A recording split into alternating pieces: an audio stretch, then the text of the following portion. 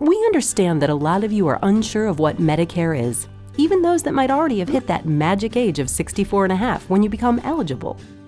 So to help fill in the blanks, we'll be covering the ABCs of Medicare. And while we're at it, we'll throw in the D too. You'll see what we mean. Let's start at the beginning. Medicare was passed into law in 1965, the year that Bob Dylan went electric, and a gallon of gas ran you a whopping 31 cents. It was created to provide healthcare insurance to Americans upon reaching the traditional retirement age. Today, Medicare breaks down into 4 pieces: Parts A, B, C, and D. Pretty simple so far, right? Part A is universal for all Medicare-eligible U.S. citizens. This helps to cover your hospital services, hospice care, and some skilled nursing facility costs. This is helpful if, for instance, a coconut falls on your head while you're on vacation in Hawaii and you wind up in traction. Okay, bad example. Anyway, in most cases, Medicare Part A doesn't cost you anything. Part B is also universal for all Medicare-eligible U.S. citizens, and it covers visits to your physician, as well as outpatient care at hospitals, clinics, and labs. When you have a stomachache and see your doctor, and he sends you to get an X-ray, that all falls under Medicare Part B. Together, Parts A and B are sometimes called Original Medicare. If you have Original Medicare, you may also opt to choose a supplemental insurance plan to pay down some of the costs that Part A and B don't cover.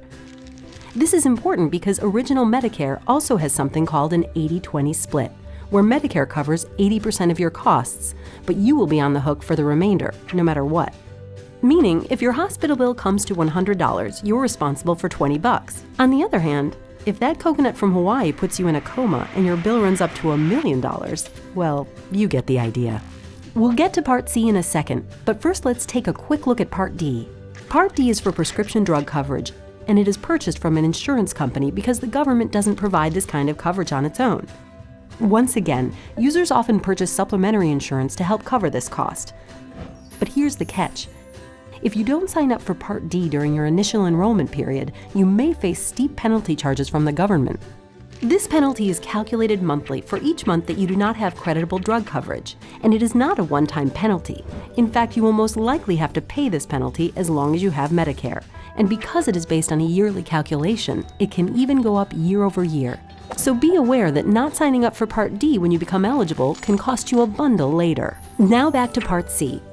Also called Medicare Advantage, Medicare Part C combines your coverage for doctor visits, certain hospital costs, and other services from Parts A and B into one neat and tidy health plan that has your health needs in mind. Medicare Advantage plans also offer extra benefits that you wouldn't get with Original Medicare alone. What kinds of benefits? Things like $0 preventative screenings for breast, prostate, cervical, and colorectal cancer. There are all sorts of optional add-ons too, including dental and vision plans, and much more. And remember Part D? Well, another great thing about Medicare Advantage is that some Part C health plans include this coverage at no extra cost. And that, in a nutshell, is the ABCs and D of Medicare. To learn more about Medicare, including your options for Medicare Advantage, check out www.carefirst.com.